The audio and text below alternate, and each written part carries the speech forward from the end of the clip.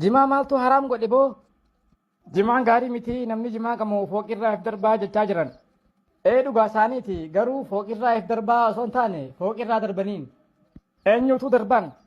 Laal namni jimaa qabu gaafa jimaan qamaane manaama dukaa haatiin dhufanii maaliif jimaan qameenii jaanii fooqirraa darbaniin.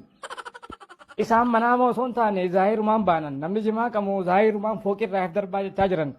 Information isaan dhaqqabe information dukaakaati information dukaatiin biyya dawwaa jiran nama manaama dukaaka keessaa keetu himeef. Akkas ta'uun dhabu nuti takkaa nama jimaa qamee fooqirraa if darbeen dhageenye. Dhagee ofillee hin teenyu. Ammas jimaan nama macheessaa hamtuutti nama kakaasaa manaam jechaa jiran. Jimaan hamtuu maalitti nama kakaasa boo ana hoggaan qame anaa fi hidhanni xiyyaa'oo araaramneeti toltuutti na waswaasa.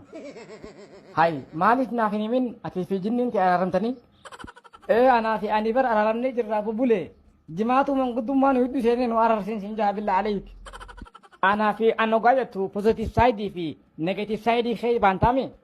Anaa fi anogaan jiru anaa fi qariin kiyyaan baana. My double jaaniin afaan faranjiitti yoo barbaaddees. Of mohottee jirtaa jechuudha gaa. Of mohodhee of hojii araaramee sin jira. Anammaan tana aaree anaa yoon je'ee beeki gaa nullachuu aarree jirra. Namni ana hoggaasan qabalee Itoophiyaa irraa Hindiyya darbaan sin jee akkamitti qofan hin jeen. Seeniin jiru haya amma dubbii jimaa tanarratti dhaamsa maal nuu qabda.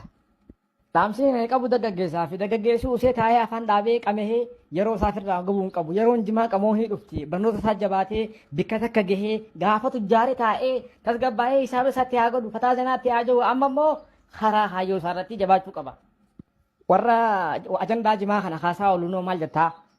Jimaan jiruuf jireenya hawaasa keenyaati. Uummanni keenya jimaadha gurguratee ilmaan barsiisataa.